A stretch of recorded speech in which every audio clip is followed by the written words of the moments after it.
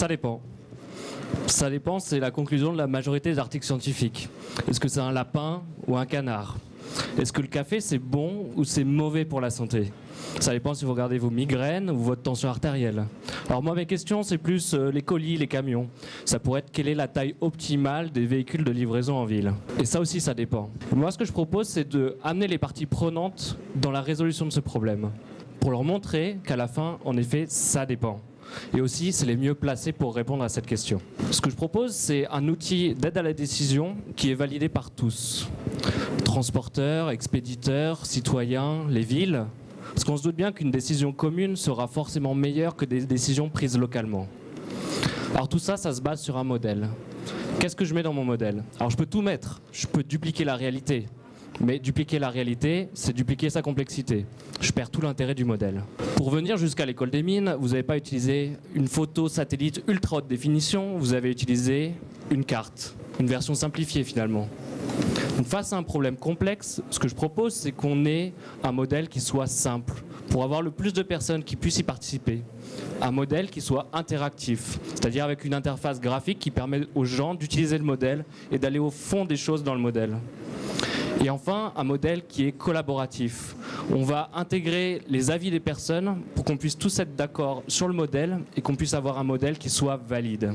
Mon but, c'est pas de créer le modèle ultime qui va représenter cette très belle réalité. Il faut plus le voir comme un calcul de coin de table qu'on va utiliser entre experts pour se comprendre. Parce qu'il n'y a pas un expert de la logistique urbaine, il y en a plusieurs. Alors un modèle simple. Je vais vous en présenter un. J'ai 100 camions. Chaque camion peut transporter 15 colis. 100 x 15, 1500 commerces livrés. Demain, chaque camion peut prendre un colis supplémentaire, 16 colis. 1500 commerces divisé par 16, 94. 94 camions. J'ai besoin de 6 camions en moins. Alors pourquoi ils peuvent prendre un colis supplémentaire? Peut-être qu'ils sont plus gros, peut-être qu'ils sont plus rapides, peut-être qu'il n'y a plus besoin de signature, on gagne du temps. Donc vous voyez, avec un modèle très simple, je peux montrer l'impact de plusieurs décisions.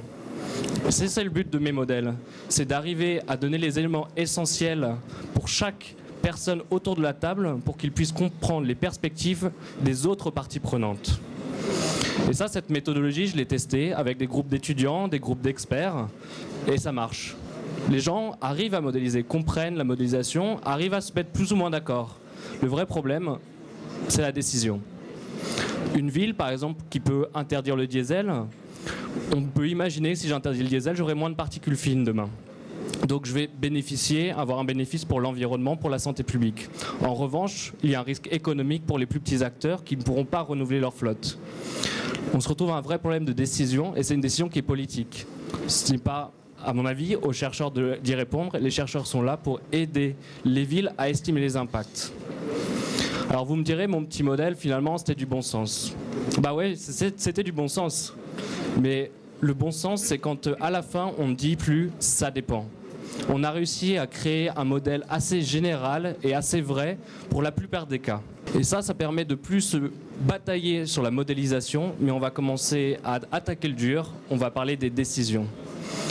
Et en utilisant cet outil, on pourra arriver à prendre la meilleure décision ensemble dans un environnement incertain, parce que finalement, c'est ça ma névrose, ma thèse.